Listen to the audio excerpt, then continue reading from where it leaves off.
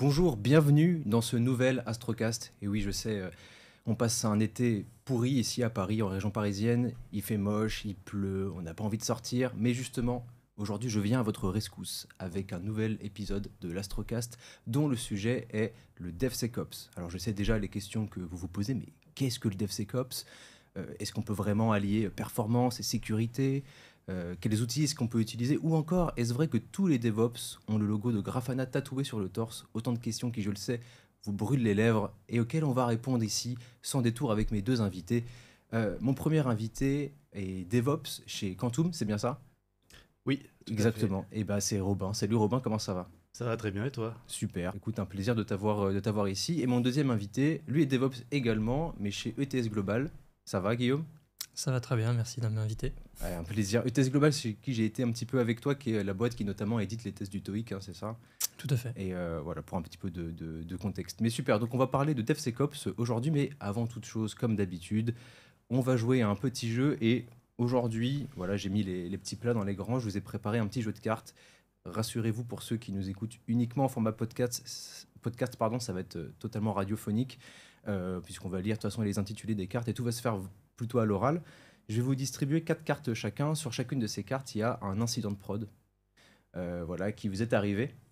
Sauf que vous êtes extrêmement flemmard et vous avez absolument pas envie de régler cet incident. Donc il va falloir faire preuve d'une extrême mauvaise foi pour me convaincre, moi, que votre incident n'est pas urgent du tout, et que c'est plutôt l'incident de votre adversaire qu'il faut corriger et pas le vôtre, parce que le vôtre, finalement, c'est pas pressé, c'est pas urgent, etc. Ok? Donc 4 cartes chacun, à chaque round, vous retournez une carte, chacun lit son incident. Et à vous de me convaincre de ne pas régler votre incident. Donc je vais mélanger mes super cartes plastifiées. Voilà. Je vais en distribuer 4 ici, 4 ici.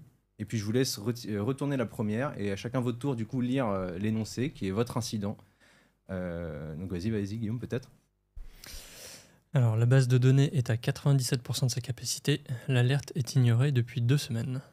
Ok. Une alerte. Et toi, de ton côté, ta carte?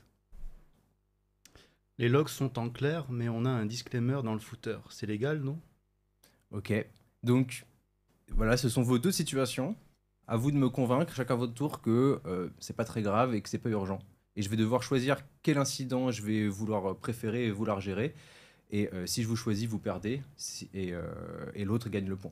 Donc, Guillaume, peut-être, est-ce que ton incident est si urgent que ça? Ah, je pense pas, non, parce que 97% de la capacité, on a encore un petit peu de marge.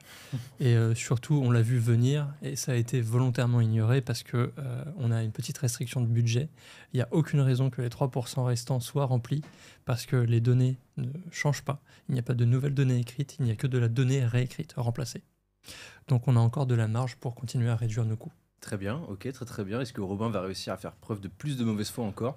Oui, bah les logs sont en clair, mais en même temps, il n'y a pas beaucoup de données sensibles, et puis on n'est pas vraiment concerné par la RGPD, vu qu'on a la majorité de nos clients en Suisse, donc ça fait pas partie de l'Europe.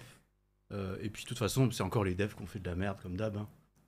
Nous, on n'a pas la main sur ces trucs-là, c'est l'équipe QA qui est normalement censée vérifier ce genre de choses. Donc moi, ça me concerne pas du tout en tant que DevOps. Oui, c'est vrai que c'est toujours la faute du développeur. Écoute, celle-là, je la prends pour moi. C'est vrai que c'est toujours ma faute. C'est ma faute si les logs sont en clair dans Ah, voilà. l'application. Donc tu as entièrement raison. Et tu vas prendre le point pour celle-ci. Je vais régler plutôt ton souci de saturation Yes. de base de données. Je vous laisse retourner la deuxième carte et la lire. Alors, un bot Discord contrôle le déploiement en production. Il a été kické par erreur. Bon, bah ça. Ok. On va écouter d'abord ta situation. La production est en erreur 500 depuis 1 heure à cause d'un test unitaire. D'accord. Qui veut commencer? Moi, parce que. Moi, je pense pas que c'est vraiment un problème. Le bot Discord qui déploie en prod a été kické. Bon, on peut plus déployer en prod. Ça tombe bien. On est jeudi. Demain, c'est vendredi. Donc, on va attendre le retour de vacances de Jacques qui s'occupe du bot Discord. Et au moins, on fera pas de conneries. Très bon, très bon. Là, j'avoue qu'il y a un petit déséquilibre sur la situation. Je vais te laisser quand même essayer de te défendre, Guillaume. Bah, une erreur 500 depuis 1 heure sur la prod, oui, mais bon, c'est sur une page que personne ne consulte, sur une application où personne ne va. On n'a pas eu d'accès depuis Je sais pas depuis combien de temps d'ailleurs. Et est-ce qu'on est même certain que l'alerte qui a envoyé cette information-là est toujours valide? Moi, je suis pas convaincu. On n'a pas un système de monitoring aussi performant que ça, hein. J'aime beaucoup ton explication. Cela dit, là, c'est vrai que dès le début, tu avais pratiquement perdu d'avance, en fait. Alors, j'ai fait ce jeu en 1 heure, il n'est absolument pas équilibré. Faut dire les choses. Ce jeu n'est pas là pour être équilibré et juste. Donc, Robin, deuxième point pour toi. Et je vous laisse retirer la troisième carte. Peut-être qu'un jour, on fera une update, hein, un petit patch note d'équilibrage, mais c'est pas prévu pour le moment. Non, mais c'est bien, on tire sur la même personne. Le certificat SSL de notre site e-commerce a expiré le jour des soldes. Ok. Les logs de production, encore une fois, ont été remplacés par des citations de Camelot. Mhm. Bon, en même temps, un certificat SSL sur le site de e-commerce, même le jour des soldes, les gens qui veulent acheter, ils verront l'erreur qui va s'afficher dans leur navigateur. Ça va pas les empêcher de dire oui, bah continuez quand même malgré l'avertissement. Et je veux absolument acheter mon nouveau robot de cuisine ou ma nouvelle télévision à moins 35%. Ça va pas les empêcher de faire quoi que ce soit. Donc c'est pas un si gros problème que ça. C'est vrai que les soldes peuvent nous donner une force surhumaine pour contourner toutes les restrictions et pouvoir quand même faire notre achat. Et toi? Bah, du coup, les logs de prod. Alors, j'ai un peu me contredire avec tout à l'heure, mais c'est vrai que niveau RGPD, c'est quand même mieux d'avoir des citations de Camelot dans les logs que des données sensibles. Donc, pour moi, c'est pas vraiment un problème. C'est vrai. C'est vrai. Là, je suis un peu dans l'embarras parce que je me disais peut-être qu'il va y avoir un 2-2 à un moment donné. Mais là, c'est vrai que c'est un petit peu compliqué parce que c'est vrai que je suis encore un peu plus convaincu par Robin sur celle-ci. Tu peux tricher, hein, c'est autorisé. Mais malgré tout, c'est vrai que les logs Camelot dans les prods, ça fait pas pro. Ça fait pas pro du tout. C'est vrai que bon, l'erreur du certificat qui a expiré, bon bah voilà, ça peut arriver, c'est pas très grave. Comme nous a dit Guillaume, les gens, ça va pas les empêcher d'aller quand même faire leurs achats. Je pense que je vais donner le point à Guillaume en toute mauvaise foi moi aussi sur celle-ci, en espérant que la dernière manche sera plus équilibrée. Donc je vous laisse retourner votre dernière carte.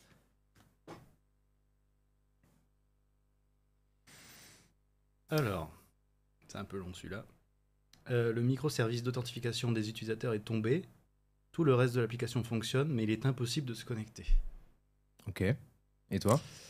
Un script inconnu tourne en route depuis 3 semaines sur un serveur de prod. Ok. Qui veut commencer? Je vais commencer. Alors, bon, le microservice d'authentification des utilisateurs, en fait, voilà, il est tombé. C'est des choses qui arrivent. On avait justement découpé notre architecture en microservices justement pour pouvoir être résilient et accepter la panne. Et donc finalement, même si notre application est connectée, donc les utilisateurs ne verront que la page d'accueil, mais au moins, c'est pas une 500. C'est vrai, bon point. Guillaume, le petit script en route qui tourne. Bah, j'ai envie de dire, ok, on a trouvé un script qui tourne en route, mais en même temps, là, on ne sait pas ce qu'il fait. Pourquoi? Parce que c'est encore quelqu'un qui n'a pas documenté ce qu'il a mis sur le serveur. Du coup, ce script est sans doute utile. On va le considérer comme utile. Si jamais ça avait été un script malicieux, un mineur de crypto-monnaie, on aurait eu tout de suite le système de monitoring et d'alerting qui aurait dit « Oh là, on consommait énormément de ressources liées sur ce serveur, probablement à cause de ce script », ce qui n'a pas été le cas. Donc, on attendra de faire ça en dehors des heures de travail et d'utilisation de la plateforme pour couper le script, voir où est-ce que ça râle. Mais je trouve que c'est pas si catastrophique que ça. Il n'y a pas mort d'homme, pas de service down, ça va. C'est vrai. Et j'aime beaucoup cette manche parce qu'elle me permet de ramener les scores à égalité à 2-2 parce que il m'a totalement convaincu avec son explication. C'est vrai que ce script en soi, on ne sait pas, peut-être qu'il est totalement utile et même indispensable au fonctionnement de la prod, donc on va pas y toucher. On va pas y toucher à ce script, on va le laisser là où il est. Ok, merci d'avoir joué le jeu. On va enchaîner du coup sur quelques questions que j'ai pour vous sur le sujet du jour qui est donc le DevSecOps. Déjà, forcément, première question pour commencer pour vous. Qu'est-ce que c'est que le DevSecOps? Une philosophie, une mode, autre chose? Voilà, je vous laisse me donner votre avis. Selon moi, en fait, c'est le prolongement du DevOps, c'est-à-dire on a voulu mettre en place le DevOps pour répondre à un problème qui est la séparation entre les équipes de développeurs et les Ops. Et donc, ça a permis d'accélérer le développement, mais d'un côté, c'était les équipes Ops qui géraient toute la partie sécu. Et donc voilà, le DevSecOps vient combler ce manque en ajoutant les pratiques de sécurité au DevOps. Donc voilà, donc c'est une explication assez floue. C'est comme ça que je la définirais. Ok. Tu as une autre définition, Guillaume? Ou d'un autre élément à apporter? Non, sensiblement la même chose. Pour moi, ça se résume à une méthodologie de travail, une évolution du DevOps. Ouais. C'est Ok. ça. Très bien. Et tu parlais du coup, oui, de sécurité qui n'était pas forcément appliquée à la toute base. Est-ce que vous diriez justement que cet aspect de sécurité était un peu, entre guillemets, le parent pauvre du DevOps au départ? Et que c'est quelque chose qui a été fait, qui a été pris en compte après coup? Ou est-ce que toi, dès le début, c'était quelque chose que tu avais en tête? Ben, moi, en fait, je me considère pas forcément comme DevSecOps, mais c'est vrai que moi, je suis sensible à. Je sais que Guillaume aussi, tu es sensible à tous ces aspects de sécurité, donc en fait, on le fait naturellement. Mhm. Euh, mais bon, je pense qu'il y a des contextes où il y a plus ou moins de nécessité d'appliquer de la sécurité. Donc en fait, on va dire DevSecOps dans les environnements justement sensibles, où il y a un vrai besoin très prioritaire, on va dire. Mais en fait, n'importe quel DevOps va en faire naturellement à son échelle, je dirais. C'est quoi la question? Non, c'était pour savoir si oui, du coup, avant, est-ce que la sécurité, c'est quelque chose qui était moins pris en compte? Mais j'élargis peut-être la question, même si vous, aujourd'hui, la sécurité, c'est quelque chose voilà, c'est un automatisme, vous le prenez en compte au quotidien. Est-ce que vous avez ressenti une évolution dans la prise en charge de la sécurité au début, quand vous avez commencé votre métier de DevOps, et aujourd'hui, dans ce que vous demandent notamment les clients, est-ce que vous ressentez qu'il y a une plus grosse insistance sur ce sujet-là de la sécurité? Bah, je dirais que oui, les clients sont plus sensibles à ça, parce qu'en même temps, on voit de plus en plus de piratages qui se font, d'exploitation de failles de sécurité, etc. Du coup, c'est quelque chose que les clients souvent ont tendance à dire il faut ajouter une couche de sécurité. D'accord, mais on travaille sur l'infrastructure, on est Ops à la base tous les deux, on fait du DevOps, on travaille avec les développeurs, on essaie d'ajouter des briques de sécurité qu'on connaît sur les aspects sur lesquels on est un petit peu éduqué déjà à la base. Après, on ne remplace pas particulièrement une personne dédiée à la sécurité si le besoin se fait sentir. Et du coup, ces pratiques qui nous sont demandées de commencer à mettre en place, c'est justement cette évolution de mentalité qui se fait petit à petit. Mhm. Mais qui, pour C'est moi, aussi avec l'arrivée du cloud, il y a des nouveaux enjeux de sécurité. Hmm. Donc en fait, quand on parle de DevOps et DevSecOps, c'est souvent dans des environnements cloud. Ouais. D'après moi. Et Ouais. du coup, il y a d'autres aspects de sécurité qui sont importants. Parce qu'on peut très vite faire n'importe quoi avec le cloud. Donc je pense que c'est apparu de pair en fait avec l'arrivée du cloud. Ok. Et tu parlais d'outils du coup qui doivent être mis en place. Qu'est-ce qui va être le plus dur selon vous? C'est faire évoluer les mentalités, comme tu disais aussi, les mentalités vers voilà, cet aspect de sécurité qui parfois peut-être peut être vécu comme les simples développeurs comme moi, comme des contraintes. Faire voilà, évoluer ces mentalités ou faire adopter les outils. Qu'est-ce qui va être le plus compliqué? Est-ce que ça va de pair? pour moi, les mentalités, c'est le plus compliqué. Ouais, c'est toujours le changement. C'est en général, c'est La résistance au difficile. changement. Voilà, il y a beaucoup de gens qui n'aiment pas le changement. Donc déjà ça, c'est compliqué. Après, s'ils comprennent pourquoi on fait ça, même si ça rajoute, voilà, comme tu dis, ça rajoute des contraintes toujours. Mais bon, s'ils comprennent pourquoi on le fait, c'est plus facile d'accepter. Ok. Puis un outil si on met en place un outil qui ne crée pas particulièrement de blocage, mais qui vise juste à donner des informations, je pense pas que personne soit contre. L'outil, c'est assez facile à brancher. Faire changer les mentalités pour que l'outil devienne bloquant dans certaines situations, c'est là où ça devient plus difficile. Mhm. Ok. Et pour rentrer par exemple dans le vif du sujet de ces outils, est-ce que vous aurez des exemples d'outils plutôt dédiés justement à la sécurité plutôt qu'au simple monitoring que vous utilisez, ou vous avez mis en place ou que vous connaissez? Ouais, comme ça, je pense à Trivi. C'est ça. Ok. Je connais pas du tout. Analyse de vulnérabilité dans les conteneurs ou analyse statique des fichiers de configuration pour voir s'il y a déjà des problèmes de sécu au niveau de la config de tel ou tel outil. Mais quand on pense à Trivi, on pense surtout aux vulnérabilités des conteneurs. Donc c'est scanner soit dans un pipeline de CI/CD, scanner, vérifier que l'image qu'on vient de build, elle est sans vulnérabilité.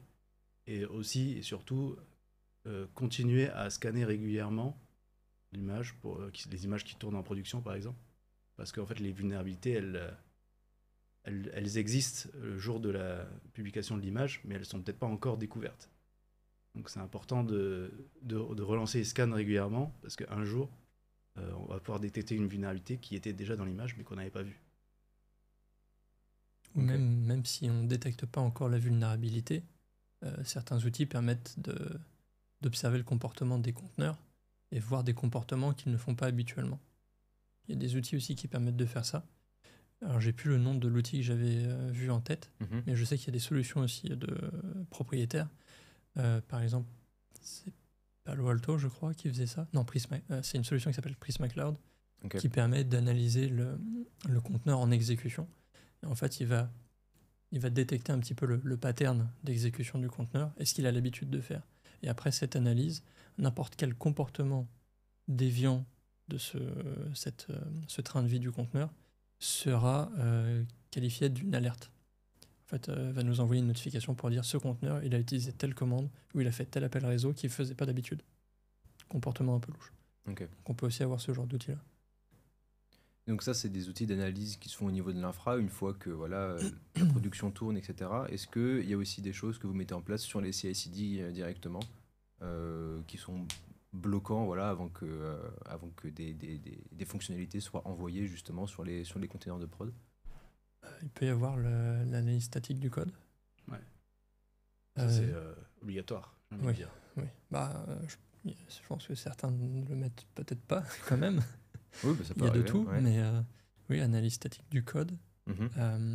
L'analyse de conteneur, c'est aussi dans la CI/CD. On va créer notre conteneur pour ensuite aller le stocker quelque part. On peut mettre un blocage à cet endroit-là pour dire, en fait, si on a des niveaux de vulnérabilité trop élevés, qualifiés de critiques ou sévères, on peut dire, en fait, on va pas la pousser, cette image-là. Donc il y a un conteneur éphémère qui est construit pour exécuter quelques tests dessus, c'est ça?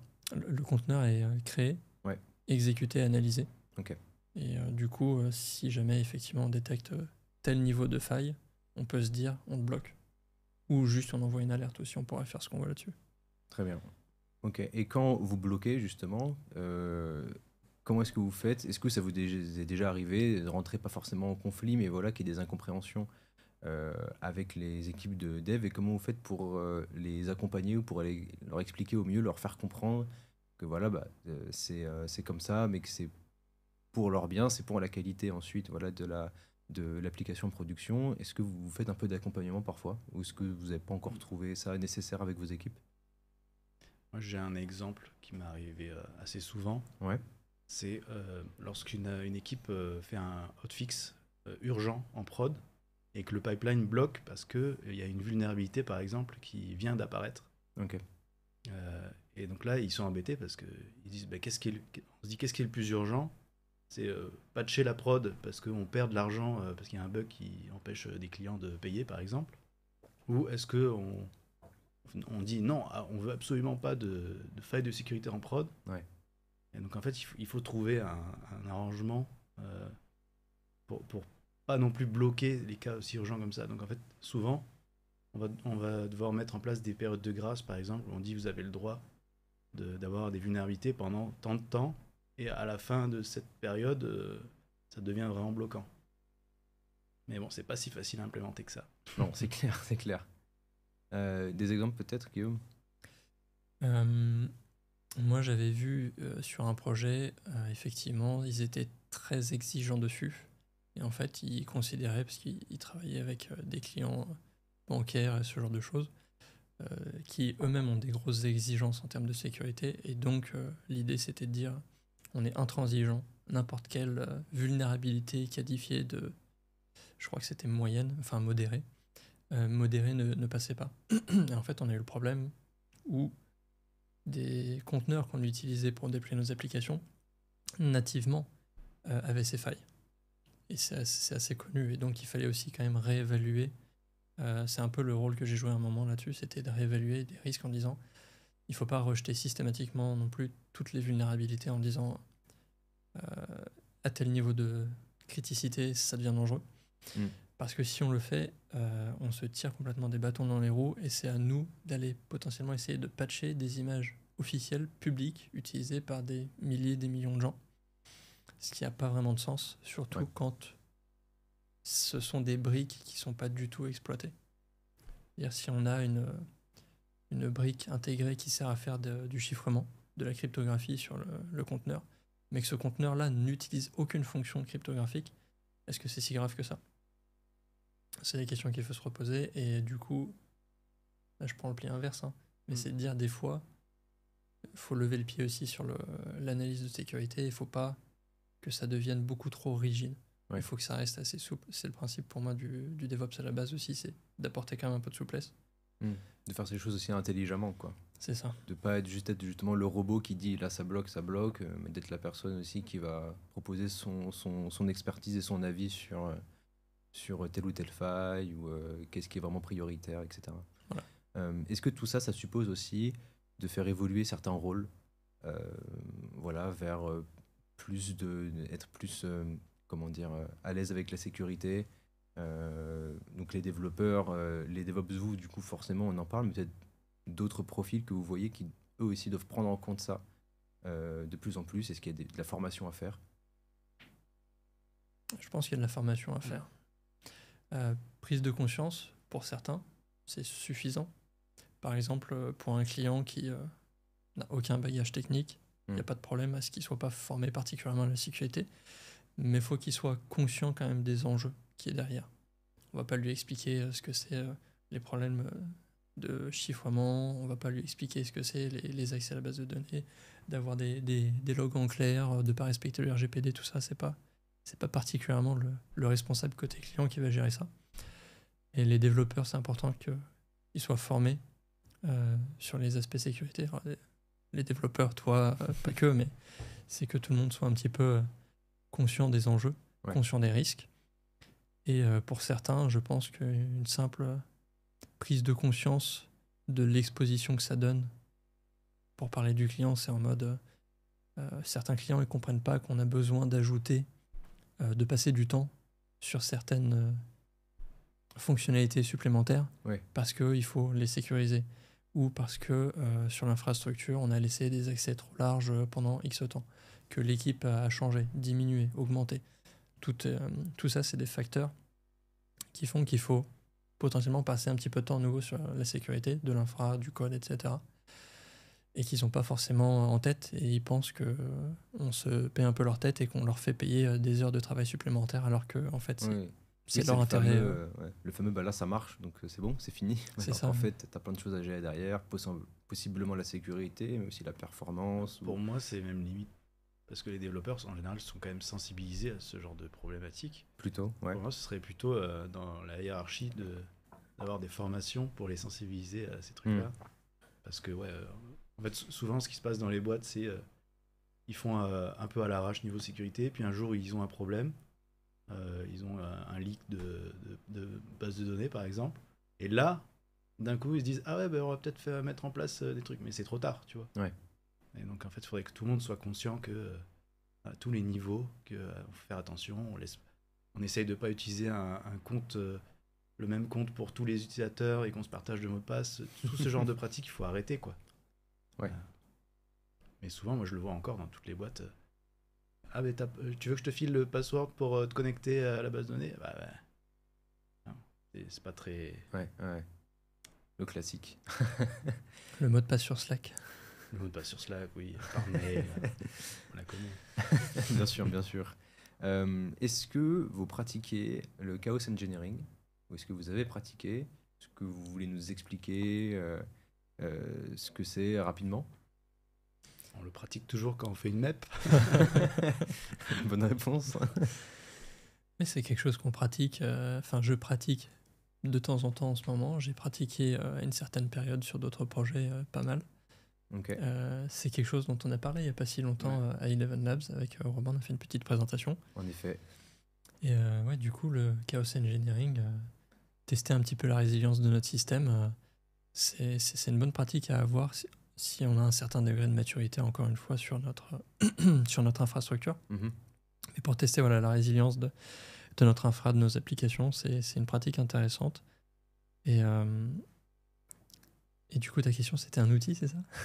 Pas forcément un outil. Après, si vous avez un outil, avec plaisir, mais c'est savoir si vous l'avez utilisé et qu'est-ce que vous en pensez surtout. Et puis peut-être, comment est-ce que vous faites pour faire accepter, parce que ça peut paraître comme un risque de dire, bah là, on va essayer de tout faire pour casser l'infrastructure. Comment est-ce qu'on fait accepter ça, justement, à certaines fonctions hiérarchiques qui sont pas du tout techniques et à qui ça peut faire peur.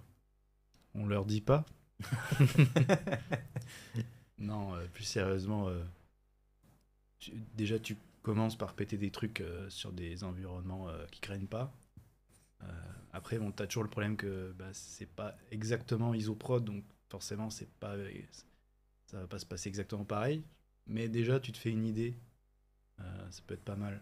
Et ensuite, bon bah, il faut, comme disait Guillaume, il faut un bon niveau de maturité pour commencer à faire ce genre de choses.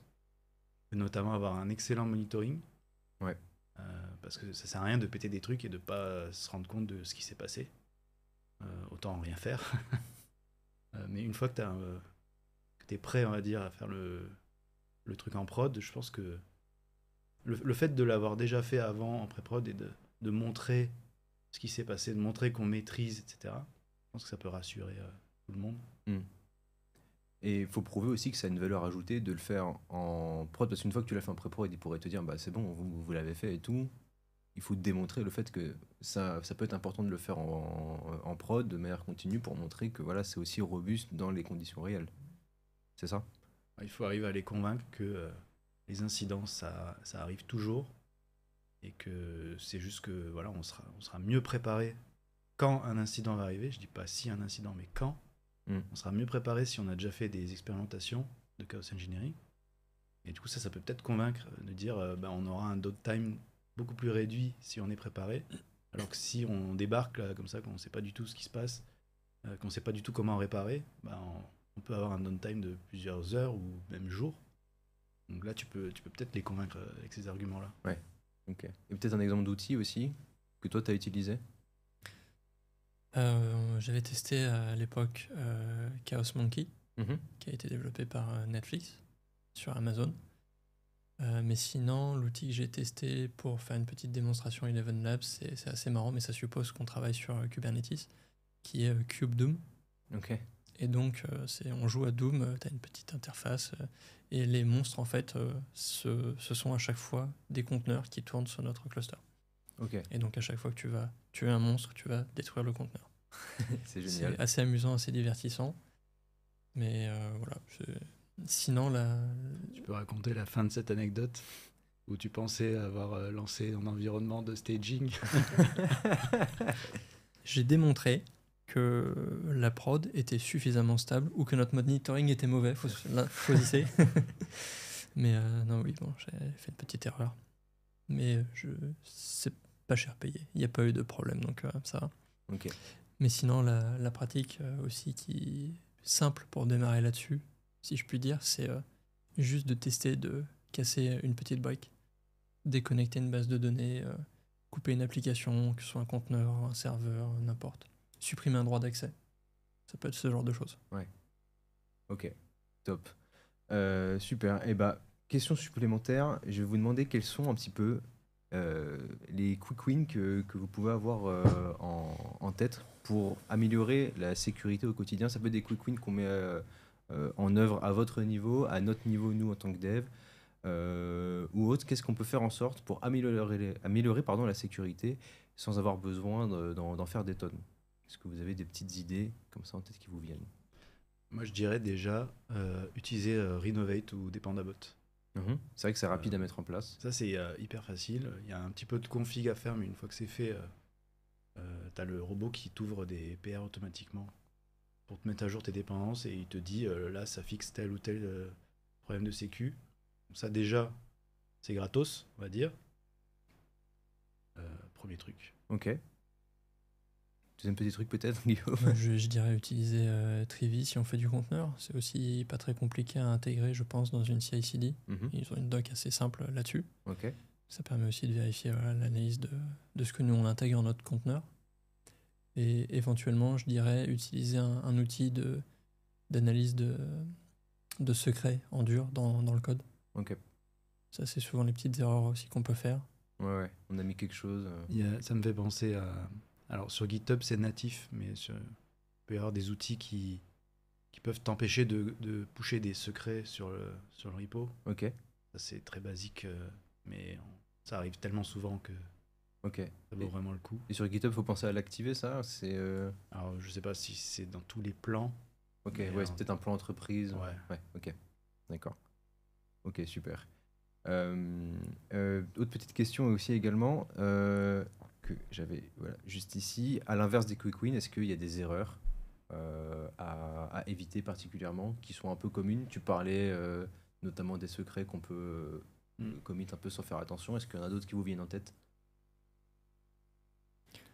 D'avoir une équipe de sécu ou un individu en charge de la sécu qui soit pas dans le travail d'équipe de l'équipe DevOps. Donc, créer un silo à part pour faire de la sécurité, c'est contre-productif. Ok. Ouais, c'est un peu la même chose que d'avoir une équipe DevOps qui est un anti-pattern, parce que évidemment c'est une équipe Ops.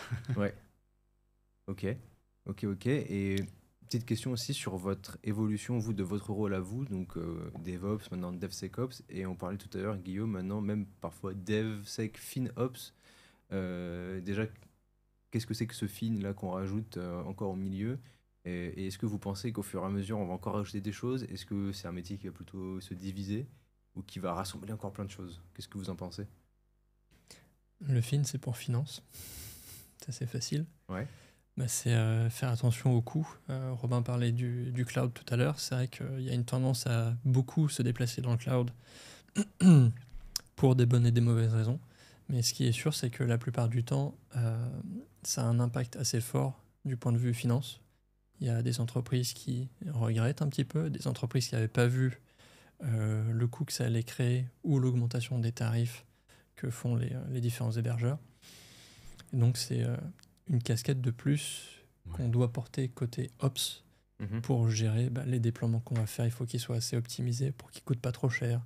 Il faut être capable d'éteindre des environnements la nuit, le week-end, s'il n'y a pas de clients, ce genre de choses. Donc, c'est des trucs en plus à gérer auxquels on n'avait pas spécialement... auxquels on n'était pas spécialement confrontés, je pense, avant. Ouais. Auxquels on pensait moins. Ouais. C'est le paradigme qui est différent. C'est qu'avant, peut-être qu'il y avait ces pratiques-là de FinOps, mais qu'on ne l'appelait pas comme ça parce que c'était les équipes d'Ops qui se disaient l'environnement de dev, il n'est pas utilisé le week-end, donc on va éteindre les machines le week-end. Je ne sais pas si ça fait gagner beaucoup d'argent, mais là, avec le cloud, on peut tout automatiser. Du coup, on va appeler des pratiques DevOps, c'est-à-dire tout automatiser, tout en infra as code, etc. Donc là, on peut faire du FinOps en réduisant les ressources dans de l'autoscaling, etc. Ok. Je pense que c'est de ça qu'on parle. Et puis voilà, tous les coûts cachés du cloud, les trucs qu'on voit pas, genre les appels réseau, le trafic réseau, etc. Ça coûte une blinde. Alors qu'on ne l'avait pas avant quand on était chez OVH. Hein. Voilà. Les fameux coûts cachés. C'est vrai que pour moi qui connais pas grand-chose, mais qui a voulu peut-être une fois de temps en temps avoir un petit projet perso et a voulu tâter du GCP ou du AWS, qui a lancé un petit container sans prétention et qui se retrouve à la fin en mode mais pourquoi la facture elle est comme ça, j'ai pas compris. 20 € pour un conteneur. Qu'est-ce qui s'est passé et tout, où sont les coûts, où sont les machins, c'est pas ça qui était annoncé et tout. Tu te rends compte que pour des trucs assez simples parfois, en tout cas c'est mon impression, des choses très très simples qu'on pouvait faire sur des simples loueurs d'hébergement comme OVH ou quoi. Aujourd'hui, si tu veux rentrer dans un gros truc cloud comme AWS ou autre, il faut quand même pas mal être formé parce que t'as besoin vraiment de bien connaître si tu veux pas avoir de grosses surprises comme ça, quoi. Est-ce que vous avez des idées ou des propositions de ressources sur lesquelles on peut se baser pour faire, je sais pas, de la formation ou juste de se renseigner, prendre un petit peu en compétences. Ça peut être des livres, même si je vous avoue, ça devient un peu désuet, mais peut-être même des talks, des vidéos, des petits programmes en ligne ou quoi que vous avez utilisés, que vous pouvez conseiller. Voilà, pour se former sous ce genre de problématique. Moi, je fais beaucoup de veille. Je regarde des talks sur YouTube, par exemple. Ouais. Donc, je sais pas si je peux en recommander en particulier, mais je suis abonné à la CNCF. Il y a énormément de talks qui pop tout le temps. Et donc, parfois, j'en regarde un sur un sujet que je connais pas, et ça me permet d'apprendre toutes des nouvelles choses. Et souvent, ça parle de sécu, donc c'est intéressant. Ok. Pas de bouquins ou de... Ok. Non, mais c'est déjà très bien. C'est déjà très très bien. Et toi, Guillaume, peut-être? Sensiblement la même chose, je fais Ouais. pas mal de veille. Je regarde de temps en temps, c'est quelques conférences, quelques vidéos enregistrées des conférences, comme Robin, liées à la CNCF ou autre. Et certaines de ces personnes, des fois, je vais les suivre aussi sur les réseaux sociaux. Et en fait, ils repartagent eux-mêmes des éléments sur lesquels où ils travaillent, où ils ont trouvé ça intéressant. Et c'est ça qui m'a fait découvrir à l'époque Chaos Monkey pour le Chaos Engineering. C'est aussi comme ça que j'ai découvert des outils un petit peu avancés de gestion réseau comme eBPF, qui est utilisé maintenant dans Cilium, une couche réseau proposée par Kubernetes. Et en fait, c'est des trucs comme ça où petit à petit, mis bout à bout, ça fait un essaim d'informations qui tournent autour de mes outils de veille habituels. Et puis, je pioche des noms d'outils, des technos, voilà, comme ça, qui je découvre, c'est sympa, c'est utile, oui, non, et je passe. Ok. J'ai pas un grand livre de la sécurité, un grand blog. Oui, il n'y a pas qui la fait Bible tout du DevSecOps. Non, malheureusement. Mais commencer, je pense, par lire un petit peu les docs de quelques grands outils, par exemple ceux qu'on a cités, Trivi, regarder Renovate, tout ça. Ouais. Je pense que juste en regardant ces docs-là, on va avoir des liens vers d'autres outils ou vers d'autres pratiques. Et après, on a juste à dérouler, je pense. Ok. Ça devrait suffire. Super, super. Dernière question pour vous. Où est votre tatouage Grafana? Est-ce que vous en avez un? J'ai Peut-être. hésité à venir avec un t-shirt Kubernetes. Je vois que j'ai bien fait de pas le faire. Une petite attaque, voilà, passif-agressif. Alors, pour la petite anecdote là-dessus, j'étais en mode, tiens, j'ai envie de trouver un peu une idée reçue sur les DevOps et tout que je pourrais balancer comme ça en intro, et je trouvais pas. J'étais en mode, mais qu'est-ce qu'il pourrait y avoir? Et je me suis dit, attends, je vais demander à ChatGPT, en fait, donne-moi une idée reçue ou un cliché sur les DevOps. Et il m'a dit, tatouage Grafana sur le torse. J'étais en mode, ah, pas mal. Je vais garder ça. Je sais pas trop d'où ça sort, mais je vais le garder, c'est sympa. Mais voilà, en tout cas, merci beaucoup d'être venu répondre à mes questions aujourd'hui. Merci beaucoup. Et merci à vous qui nous avez suivis jusqu'ici et qui nous avez écoutés. Je vous donne rendez-vous sûrement à la rentrée maintenant pour de prochains épisodes de l'Astrocast, pour une nouvelle saison. D'ici là, je souhaite des bonnes vacances à tout le monde ou un bon mois d'août de travail pour ceux qui n'en prennent pas. Et voilà, puis à la prochaine. Merci beaucoup d'avoir écouté jusqu'ici. Ciao.